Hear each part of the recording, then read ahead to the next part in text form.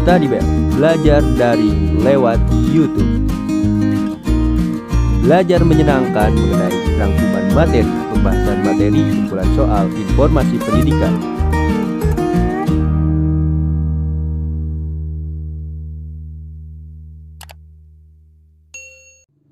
Bab 2. Memahami dan mencipta cerita fantasi. Ciri umum teks narasi. Narasi merupakan cerita fiksi yang berisi perkembangan, kejadian, atau peristiwa. Rangkaian peristiwa dalam cerita disebut alur. Rangkaian peristiwa dalam cerita digerakkan dengan hukum sebab akibat. Cerita berkembang dari tahap pengenalan, seperti apa, siapa, dan di mana kejadian terjadi, timbulnya pertentangan dan penyelesaian atau akhir cerita. Rangkaian cerita ini disebut alur. Tokoh dan watak tokoh merupakan unsur cerita yang mengalami rangkaian peristiwa. Narasi memiliki tema atau ide dasar cerita yang menjadi pusat pengembangan cerita. Tema dapat dirumuskan dari rangkaian peristiwa pada alur cerita.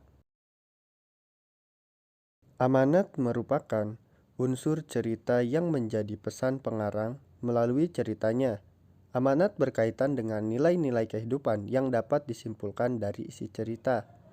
Lalu, apa ya ciri umum cerita fantasi sebagai salah satu jenis teks narasi? Yang pertama, ada keajaiban atau keanehan atau kemisteriusan. Cerita mengungkapkan hal-hal supranatural atau kemisteriusan, kegoiban yang tidak ditemui dalam dunia nyata.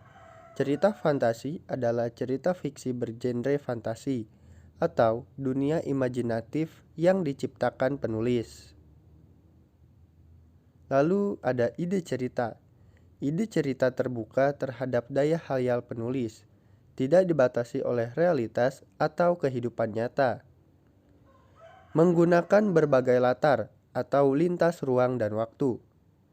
Peristiwa yang dialami tokoh terjadi pada dua latar, yaitu latar yang masih ada dalam kehidupan sehari-hari dan latar yang tidak ada pada kehidupan sehari-hari.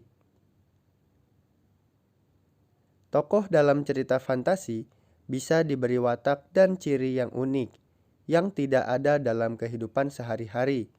Tokoh memiliki kesaktian-kesaktian tertentu.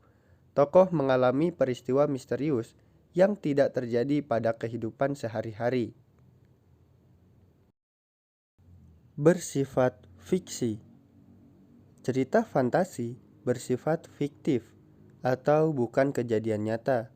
Cerita fantasi bisa diilhami oleh latar nyata atau objek nyata dalam kehidupan, tetapi diberi fantasi.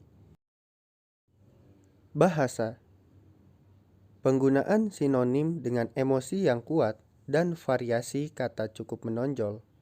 Bahasa yang digunakan variatif, ekspresif, dan menggunakan ragam percakapan atau bukan bahasa formal. Cerita fantasi sejaman dan lintas waktu.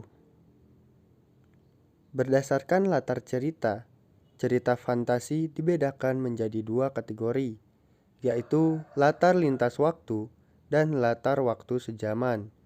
Latar sejaman berarti latar yang digunakan satu masa, atau fantasi masa kini, fantasi masa lampau, atau fantasi masa yang akan datang atau futuristik. Latar lintas waktu berarti cerita fantasi menggunakan dua latar waktu yang berbeda. Misalnya, masa kini dengan zaman prasejarah, masa kini dan 40 tahun mendatang, atau futuristik. Ciri kebahasaan pada cerita fantasi. Yang pertama, penggunaan kata ganti dan nama orang sebagai sudut pandang penceritaan. Misalnya, aku, mereka, dia, Erja, Doni. Yang kedua, penggunaan kata yang mencerap panca indera untuk deskripsi latar. Misalnya tempat, waktu, suasana.